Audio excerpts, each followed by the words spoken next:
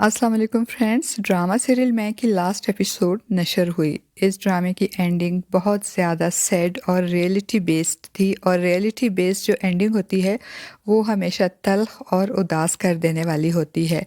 इस ड्रामे में हमने देखा एंड में कि रेहान को इसके किए की सज़ा मिली और इसको जेल भेज दिया गया, और रेहान और कशमाला की शादी का चैप्टर हमेशा के लिए क्लोज़ हो गया।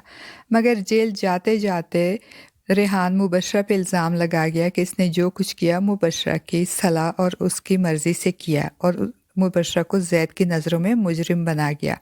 मुबशरा ने अपनी सफाई देनी चाहिए, मगर ज़ैद ने जिन नज़रों से मुबशरा को देखा, इससे मुबशरा को अच्छी तरह अंदाज़ा हो गया कि अब इसका कोई लफ्ज़, कोई दलील, कोई सफाई ज़ैद को मुतमईन नहीं कर सकती। इसलिए वो ज़ैद से खुला लेने का फ़ैसला करती है, और ज़ैद के सामने इस बात का इकरार भी करती है कि पहले मैंने दुनिया वालों के खौफ से इस रिश्ते को निभाना चाहा, क्योंकि मुझे इस बात का खौफ था कि लोग क्या कहेंगे, दुनिया क्या कहेगी। लेकिन रिश्ता निभाते निभाते मुझे तुमसे मोहब्बत हो गई, और अब जब यह रिश्ता ख़त्म हो रहा है तो मुझे दुनिया का नहीं बल्कि अपने अकेले रह जाने का खौफ है कि तुम्हारे बाद मैं क्या करूँगी। लेकिन इस खौफ के बावजूद मुबशरा ने अपनी अना और ख़ुददारी को पस से पुष्ट डालकर ज़ैद को इस अनचाहे रिश्ते में बांधने के बजाय उसे आज़ाद करने का दानिशमंदाना फ़ैसला किया।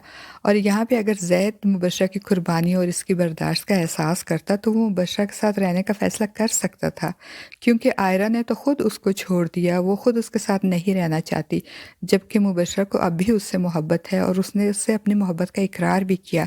लेकिन यहाँ भी ज़ैद की अना, ज़ैद की मैं आड़े आ गई, और इसने खुला के पेपर्स पे साइन करके मुबशरा से अपना ताल्लुक़ ख़त्म कर दिया। अब बात करते हैं आयरा की। तो आयरा का कैरेक्टर स्टार्ट में जैसा था एंड में वैसा बिल्कुल नहीं रहा। ज़ैद की बेपनाह मोहब्बत के बावजूद इसने ज़ैद से अलग होने का फ़ैसला किया, और जो मैं मुबशरा ने ख़त्म की वो ही मैं आयरा ने अपना ली और ख़ुद को तन्हा कर दिया, और ज़ैद को भी। हालांकि ज़ैद मुबशरा के साथ नहीं बल्कि आयरा के साथ ज़िंदगी गुजारने की ख्वाहिश रखता था।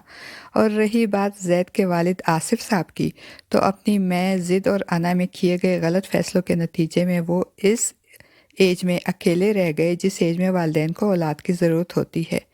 फ्रेंड्स, आपको इस ड्रामे की ये तल्ख और उदास कर देने वाली एंडिंग कैसी लगी? मुझे यहाँ पे मुबशरा के लिए बहुत अफ़सोस हो रहा है। मुझे इसकी एंडिंग इसलिए अच्छी नहीं लगी कि इस ड्रामे में सबकी मैं कहीं न कहीं कायम है, लेकिन एक मुबशरा ही ऐसी है जिसने अपनी मैं को ख़त्म किया, लेकिन उसके ख़त्म करने के बावजूद वो खाली हाथ रही।